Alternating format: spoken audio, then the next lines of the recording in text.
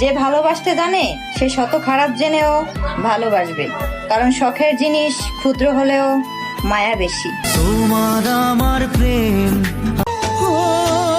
দুই হাত তুই আল্লাহর কাছে করিস পাখি ফরিয়া, পাষাণ মনটা শীতল করি শুই নাই আমার সুখ সংবাদ। একদিন অনেক বড় আফসোস নিয়ে বলবা, পাগলিটা একটু কথা বলার জন্য কতই না পাগলামি করতো। আরে আমি ভুলতে পারি না, এটা কি আমার দোষ?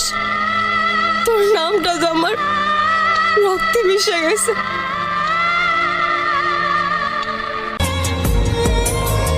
জান, যদি আমি হঠাৎ করে মারা যাই, আমাকে কি